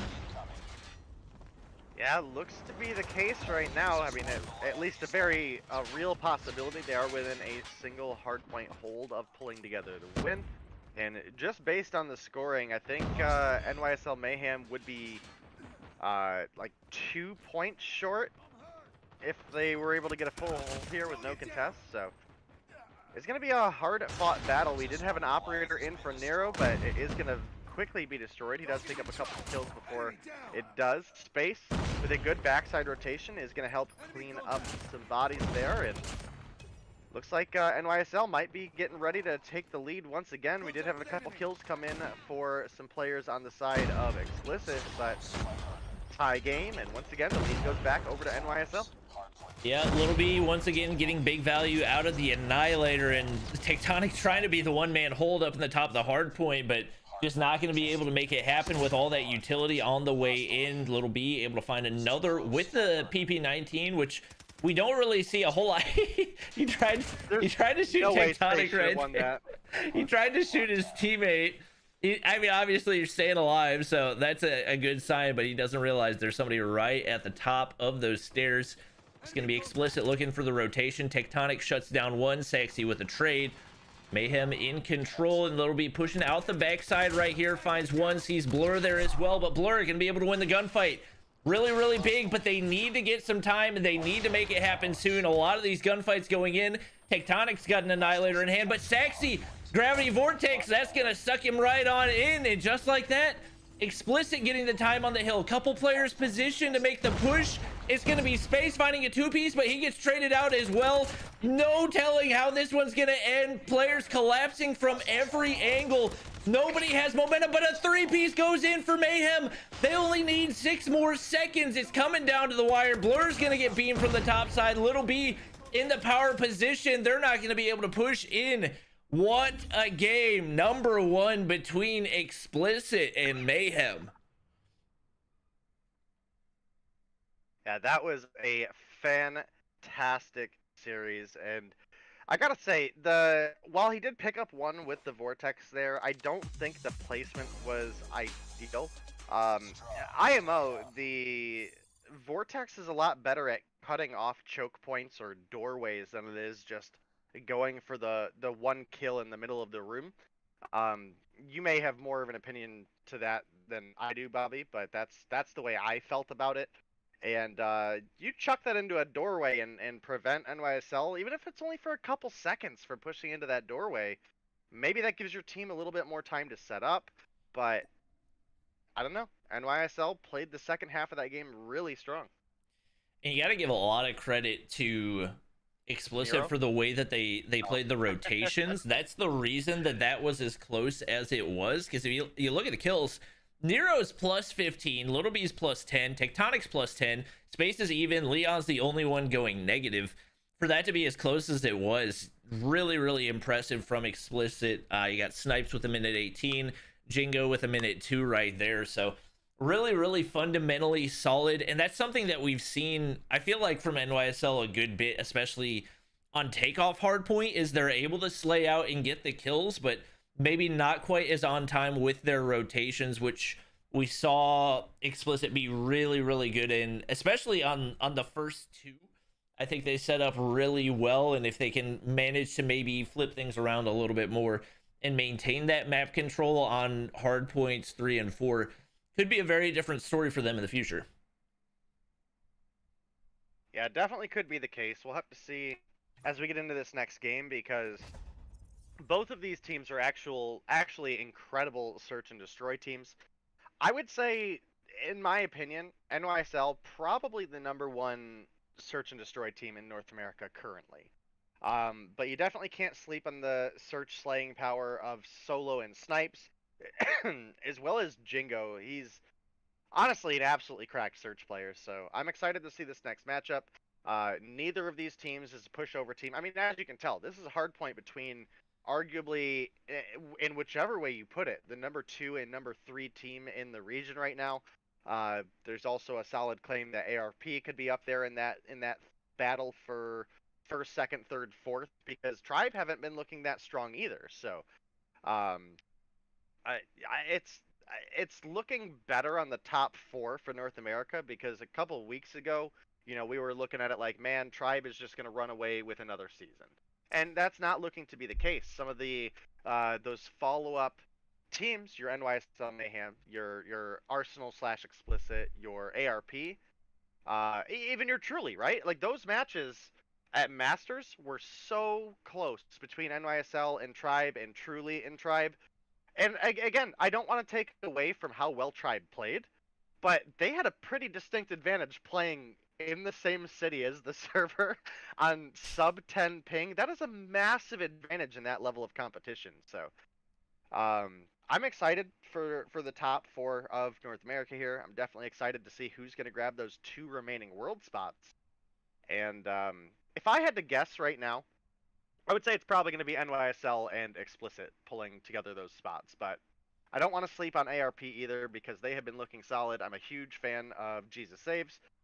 And these are the matchups that I'm looking forward to. Again, nobody wants to come into Mobile Mayhem and see 2 forfeits, and then the 2 remaining games that we have be 4v5. Nobody wants that. Everybody wants to see this good competition. And like you mentioned earlier, Nero normally like 3 minutes on the hill for a hard point, even in shorter games like this. Absolutely frying out here today. 39 and 24 is nuts. I hope everybody in chat that has slept on Nero for months because he just anchors the hard point and dies because he's the last remaining player there, just trying to hold down points, and he's negative on the team. I hope you all are just over there eating a big sandwich of your words right now. Yeah, without a doubt. I think he's probably, especially for this roster, I think he gets the least recognition just because he doesn't really have the flashiest play style. He's the utility man. He does the things that not everybody else wants to do or even necessarily is able to do, but he has those intangibles that you really need on your team. Okay. But yeah, we got all of our players loaded in. I think we're ready to go for game number 2, like you said. It's tough to make an argument that Mayhem is not the number 1 search and destroy team in the region. I don't think they lost the search and destroy map in champs. I'm not sure if they lost one in masters either. So this is without a doubt their specialty right now. Defend the objectives. You got to think they've got an advantage, but this is also a very new explicit lineup that is going to play together in a unique way. So they've definitely got a shot at making something happen, especially with Blur finding first blood onto Tectonic. Enemy in sight. Yeah, definitely a big opening pick. I mean, anytime Tectonic is on the receiving end of your bullets and you are able to get the kill, you've got to feel pretty good about that one. And, we definitely, have given credit to NYSL for being possibly the number 1 search and destroy team. But like I said, the lineup of this players that Explicit has together, there's a great argument for these two teams being about even, or possibly even Explicit picks up the win here. Yeah, it's going to be Leon all by himself trying to make something happen, but a 1v4 not super manageable. Solo going to spot him out right there. They got information. He doesn't have a silencer to work with.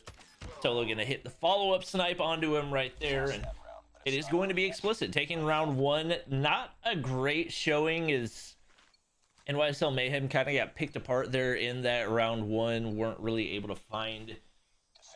I mean, a part of it was just a bad read and that they sent a lot of people over toward the B site and just allowed them to get picked apart like that. But we do see them now making the push on through mid. Blur finds first blood again. That's 2 rounds in a row. Able to do that in space. I think saw somebody from up in the top side, but he's got that AMAX with the M67 ammo. Good for the long range fights, but still not going to beat out a sniper the majority of the time. And wow. Once again, just completely dismantling NYSL Mayhem. Space, 1 kill on the board, all by himself, stuck in a 1v3 right here.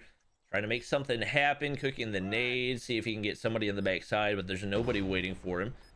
And now it's just a waiting game to see if they're going to actually challenge him right here. And he's going to get spotted out right there. It's a fast-killing gun, but whenever somebody gets the advantage on you with a Fennec, it might as well be GG's as 2 rounds in a row go to Explicit off the start. Yeah, and like I said, Explicit, a strong search and destroy team, and they're showing up, having a good performance here. I would say that I don't think Raid is NYSL's best map for any mode. I also don't think it's their worst, but definitely, not your standoff or your even their Hackney Yard is really good too. So at least from the ones that I've seen. But like I said, there's leading into today, there is absolutely no sure way to know which one of these teams comes out on top here. Snipes was looking for the kill onto space, but even without a sniper in his hand, he's coming through strong with that AMAX there. Not a gun that we see. What on earth? What? Space either has the greatest ears in the world, or that was pretty unique. The player ran up on the side of that wood wall, like the flashy, washy wallbang wall mid, and he just, I guess, heard him come through the doorway. He was sprinting, so that is something to consider. But turns and just 1, 2, 3 nails him through the wall with the AMAX. Well, sheesh. That's definitely looking good for Mayhem following a slow start. Jingo's still alive right here, but in a 1v2, Little B and Tectonic, definitely not the two players you expect to be struggling in Search and Destroy, both 0-3 off the start, but Space and Nero trying to pick up the slack right here as they combine for 6 kills. It looks like the plant going to go in for Jingo. Pressure's going to be on as they're trying to get information. Haven't found anything, and obviously bomb going down. That's allowing Jingo to reposition. He gets real aggressive. Oh, the one to the head, and that's where the AMAX M67 really shines, is when you can land that headshot. A little bit of body shooting for Space as well. 5 kills through the first 3 rounds, and Mayhem keeping things close as they win 1, moving us to 1-2. Yeah, closing the gap a little bit, but not quite enough yet to take the lead. We do still have the side of Arsenal on offense here, so they'll get to dictate the pace of the game to at least a certain degree. Space, 5 kills on the board with the AMAX, and Little B actually going to pick up the first blood this time around. Actually finds 2 as well. Picks up snipes and solo.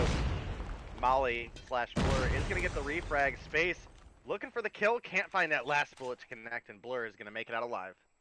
Yep, he's got the angle through that window of the van. Jingo right on the inside, but Blur is going to be able to hit a big snipe right there. He's been really, really good for Explicit so far. 6 on the board.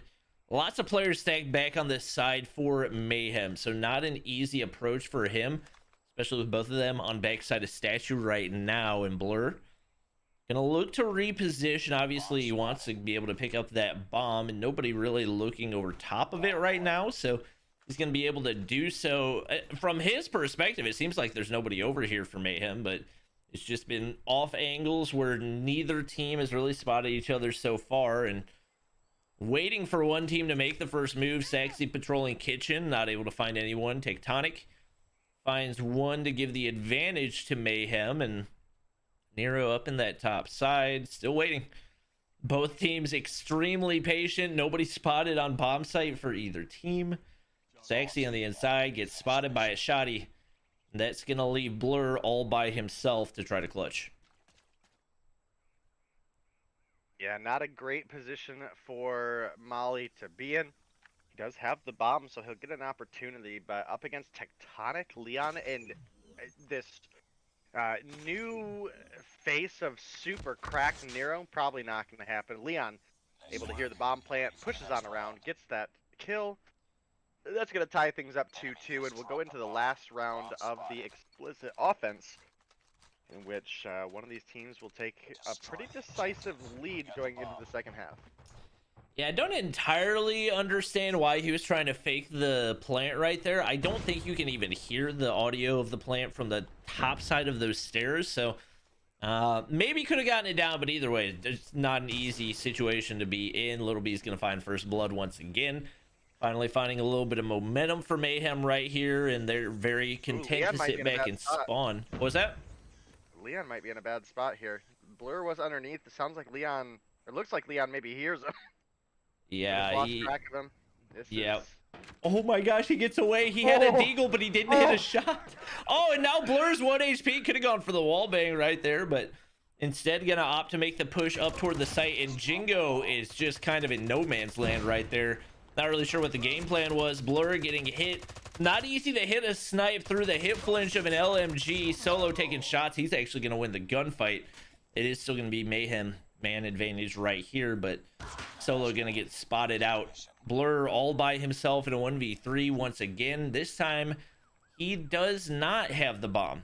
Bomb currently over back toward the basketball court, and he's about to find Little B around the corner. Ooh, what a quick scope right there. Giving himself a shot if he can find a pick. It is extremely manageable. Doesn't know where anybody is. You got Tectonic on the inside of Cubby. Nero playing stairs. And pick up a Fennec right there. And slowly making his way in. But he did not check all of his corners. And when you know that somebody on the other team is pretty much guaranteed to have a shotgun in their hand, you got to make sure to do that, as Mayhem now winning 3 rounds in a row to retake the lead. Defend the objectives. Yep, and we will switch sides on that note. We'll give NYSL the ability to dictate the pace of the game to an extent. Solo, favorite gun in hand, gonna pick up Leon before getting refragged. Snipes and Jingo find a couple extra kills, and it's looking like Explicit might be able to tie the game up here. Oh, and Mayhem has no idea. Saxy pushes up with a Fennec. That's going to leave space all by himself. The pre-fire from Saxy, I don't think he landed a single bullet right there. He managed to find one. Jingo cleans up that kill. Just like that, we are tied back up 3-3 right here. And these two teams really going toe-to-toe right now, as Blur giving it his all solo. Solid performance. Excited to see him playing alongside this Arsenal roster, because he's definitely one of the few players that I feel like was on one of those, at least as far as the scoreboard goes, lower end teams, put up just some really solid performances, and glad that he's going to get an opportunity to play alongside these guys, as we do see two first bloods coming in once again for Explicit. Blur snipes some crucial kills, and it looks like Nero is content to play Spawn once again. This seems to be the go-to for the most part for Mayhem. They are not playing aggressively at all, which is so interesting, especially given that it's kind of opposite of what this roster played when they were that tribe roster. It was typically aggressive search and destroy. If it pays off, it pays off. If it doesn't, they get steamrolled, and they seem to have very much changed their approach. Definitely much needed right here as they're down a man. Saxy's going to find little B. Nero's not able to find Saxy as he makes the push out. Just not easy angles for this Mayhem team to play. Yeah, definitely not the case, and we're definitely going to be looking forward to more of these rounds going forward, because like I said, both these teams are incredible search and destroy teams, and Nero, able to find a decisive double, might have just swung this round into NYSL favor. And right there, if you're Saxy, you have got to get that frag. He knows that there's an opportunity for somebody to push through driveway, and that's what he's waiting there for, but he allows his teammate to get knocked off of that top side when he's sniping. Blur, I don't think got spotted. Oh, he did get spotted right there. Now he's got to reposition as well. But Saxy, you got to capitalize and get that trade right there. He had every advantage and still just gets turned on by Nero, and now the bomb goes down, and it's Blur finding himself in a 1v2. Definitely doable with a sniper in hand, but not easy by any means. Tectonic prone in that back corner. I think that's what he's trying to check right now. He's not going to be able to spot him, staying as quiet as possible. Does hit the jump right there, and I don't understand how these what am I watching? Tectonic was just staring straight ahead. Blur clutches up right there. Made it look like nothing. I don't think he took a single bullet throughout the entirety of that. And that was just pure confusion. I don't know what Tectonic was looking at. I'm going to be honest. I am confusion. Guess sometimes it just happens. You know, you can't win them all, but definitely not the play we expected. It is going to give Explicit the lead once again, albeit only one round. This is still anybody's game. And again, I would love to see a game 3 out of these two teams. And I'm definitely looking forward to see what Explicit is able to bring to the table for stage 4, because I felt like both of the rosters, Arsenal as well as Explicit, were both already like kind of slept on rosters, and now with them merging and performing so well here right now, honestly, I don't know if people are going to be sleeping on them anymore moving forward for sure. Yep, Tectonic inside of bank room's got the position. Should be an easy kill onto Jingo. It is going to be, but he's going to be all by himself right here trying to clutch. Blur slides the corner. That is a beautiful snipe. And we had just been talking about how Mayhem is the best S&D team in the region. But right now, it looks like Explicit has a really good shot at knocking them out and pushing this to our first game 4 of the night. We'll see if Mayhem can bounce back, but right now, Blur is just too much for them to handle. 12-4, hard carrying for this Explicit roster, and he finds another one. Nero drops off the start. Tectonic crouch walking his way on up right here. Space 1 HP Trophy system going down. Sexy finds Tectonic as well, and Mayhem just, I mean, right now it's the story of the game. It's the map is being completely controlled by this explicit roster. Mayhem has zero map control at all. We do find a snipe for Little B right there. Mayhem a follow-up. Tried. Oh, he hits the three-piece. I didn't think that was going to be viable, but he can now actually pick up an SMG as well. And he might be able to find himself a 1v5. Obviously, the bomb is down over toward those mid steps, so he's got to find a way to either pick up the bomb or find 2 kills. But this is actually extremely manageable for him right now. Yeah, definitely was looking pretty grim for the side of NYSL. Little B, if he's able to clutch up the rest of this ace, this clutch ace, he may actually be able to give NYSL another chance to turn things around and close this out 2-0. Both of these teams currently fighting for that top spot in the Mobile Mayhem standings. Does look like Little B's gonna get the bomb. Let me pull up my map here. Snipes, I think, heard him pick it up. Little B, I don't know if he knows Snipes is pushing up behind him. This could be pretty rough. He just doesn't have a whole lot of time. Snipe's not going to spot him yet. Blur is. He's got the sniper. He's really just got to hope he doesn't get shot right here. It looks like he's going to get the plant. I don't know how he hasn't gotten chased down right now. And Blur now running his way on in. Little B hits the shots, finds 1. Can he make it 2? Sniper's out. He's got a chance for the 1v5. He has the positioning but can't land the shot. And this just got a whole lot more difficult with Snipes over on the head glitch right here. Does he have the movement to be able to clutch it up? The shot's going in. Snipes gets the kill. He's gonna shoot the body. Little B misses out on the 1v5. Explicit going to be able to take the win in S&D.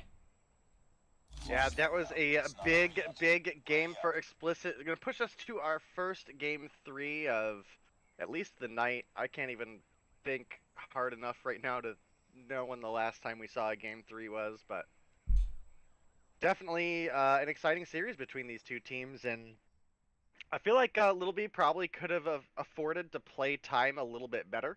The bomb was planted in a good spot where, you know, he could peek the little, oh, what do you want to call it? Like the little square tile head glitch. He could peek that from the door and listen for the bomb.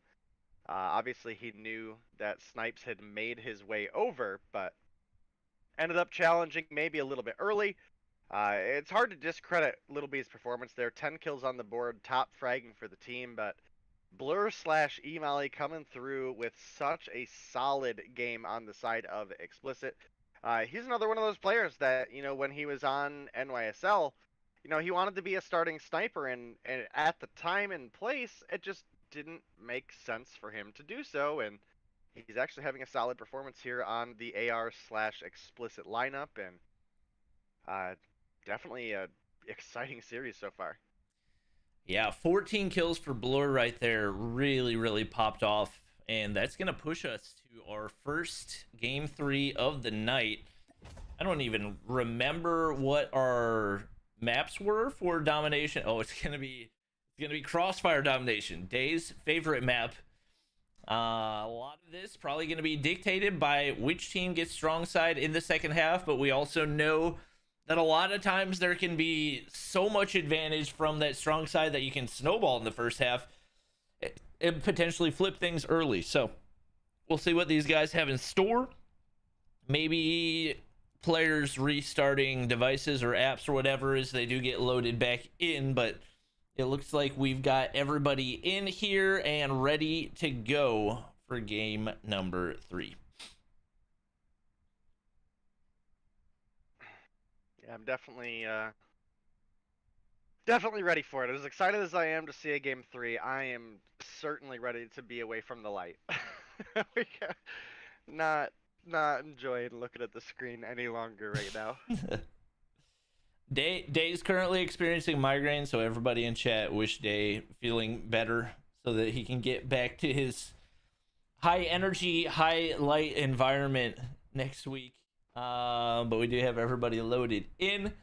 We're good to go. Strong side is going to go to Mayhem in the first half. So could be an advantage, could be a disadvantage. We'll have to see. Without a doubt, they definitely need to get this early B cap.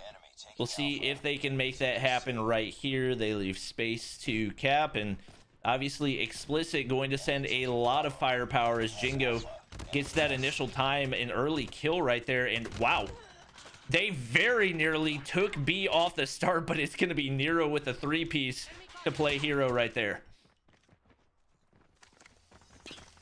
Yeah, definitely an exciting matchup between these two teams. Typically speaking, C side is going to be your stronger side.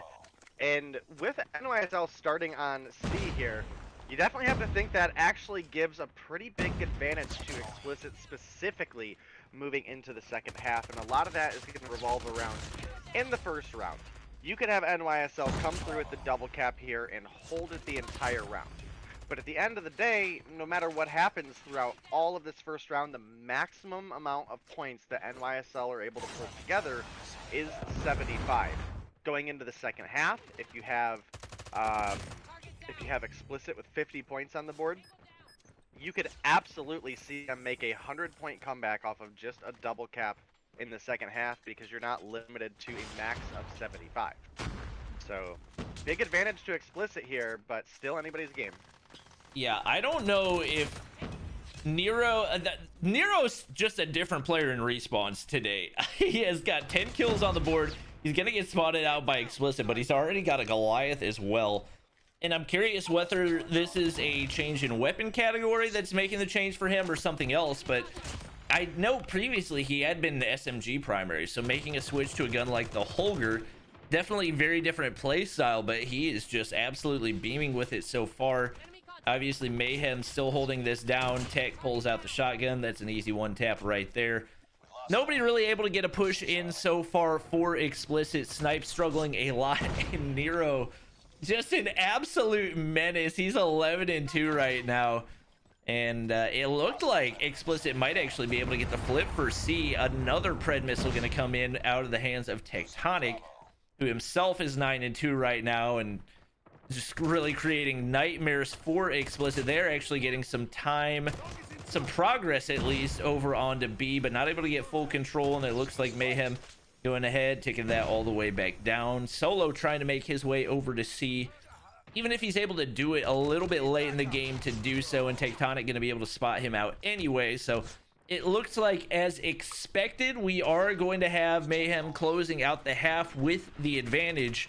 The question is really going to be whether or not they're able to get a flip, or potentially even beat control as they get started on weak side in the second half. Yeah, it's definitely going to be a big factor, and like I said, there's a real possibility where Explicit could potentially make a full comeback without realistically needing a triple cap here.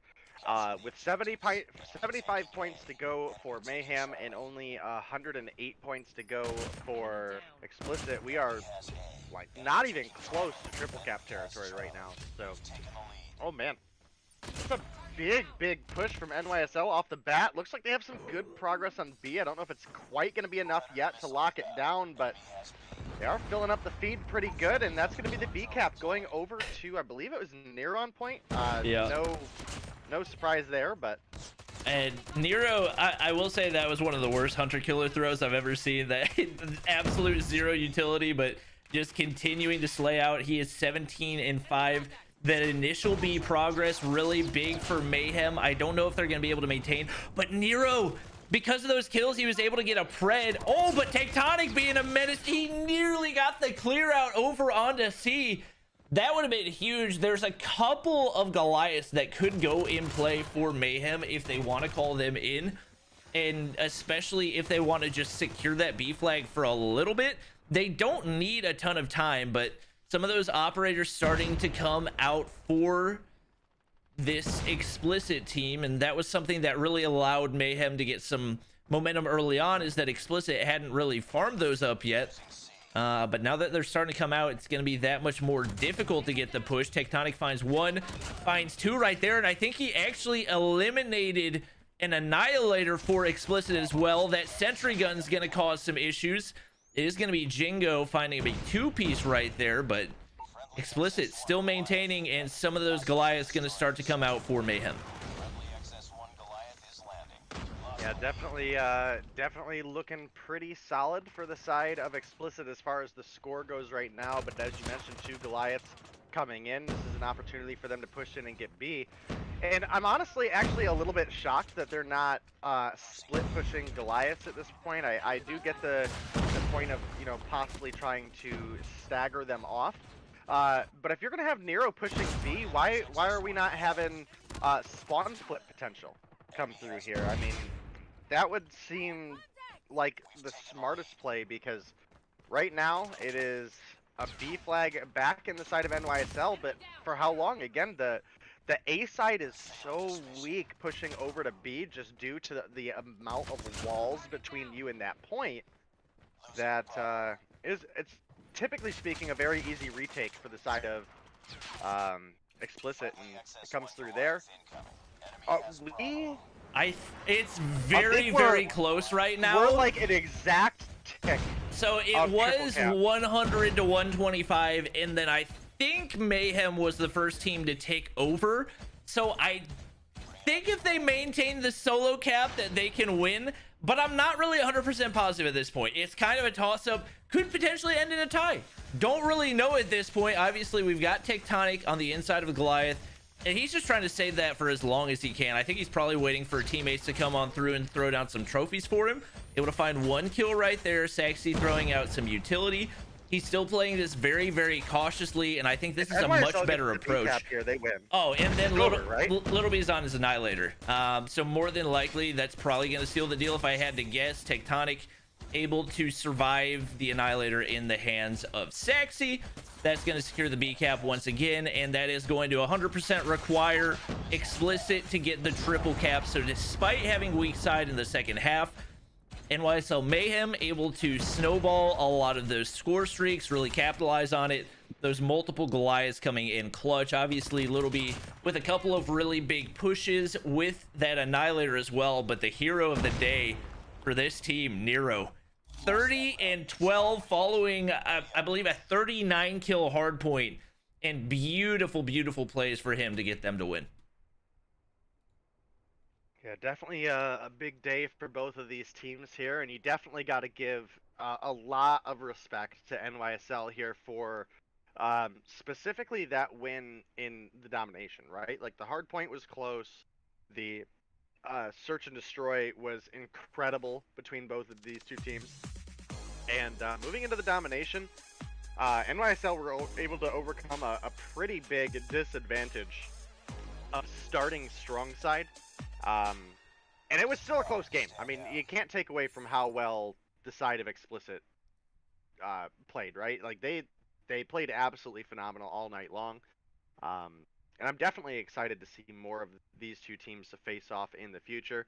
I have friends on both sides, right? Like, I can't ever be caught cheering for one or the other, but definitely a matchup that has a lot of potential to go back and forth, especially with, again, Explicit and Arsenal. I believe this is their first tournament game since the mergers, so it is possible to look at it and say, well, you know, we don't have really like that level of synergy built for Explicit yet. At the same time, we do have Space subbing in for, I believe, Awaken. So it's hard to say, and I'm definitely looking forward to more of this competition.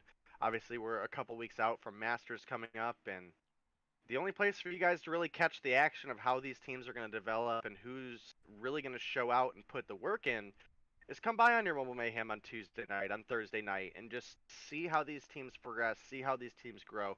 As well as other teams. ARP is another one that, you know, we didn't see at the start of the season, and I definitely got to say I'm feeling better about the top 4 of North America. It's feeling like there's much more even footing between the top 4, but still very, very top heavy for the region.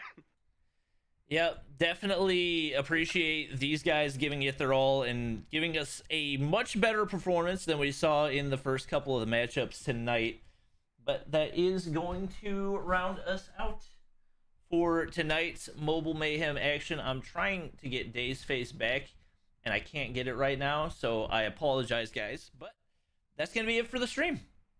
Thank you guys for watching. Definitely, that was one of the better matchups I feel like we've had in Mobile Mayhem this season, and hopefully, as we do start to see some of these players from teams on the outskirts start to move over toward teams that have a shot at making it into those stage 4s and stage 5s, we'll start to see North America become a little bit more competitive across the board, and we'll have more matchups like this. But that is going to be did you ever go back and watch the Arsenal versus Tribe matches? I did not, but I need to. I'll tell you, that is something you need to do. All right, we'll have to do that for Bobby Reacts tomorrow morning. But that's going to be it for the stream. Thank you, everybody, for watching. Hope you enjoyed. Make sure to show some love to whoever we end up rating. That's going to be it for the stream. That's going to be all for this week. Tuesday will be on Dave's channel on both YouTube and Trovo, so make sure to check that out as well. Until then, we'll see you guys next time.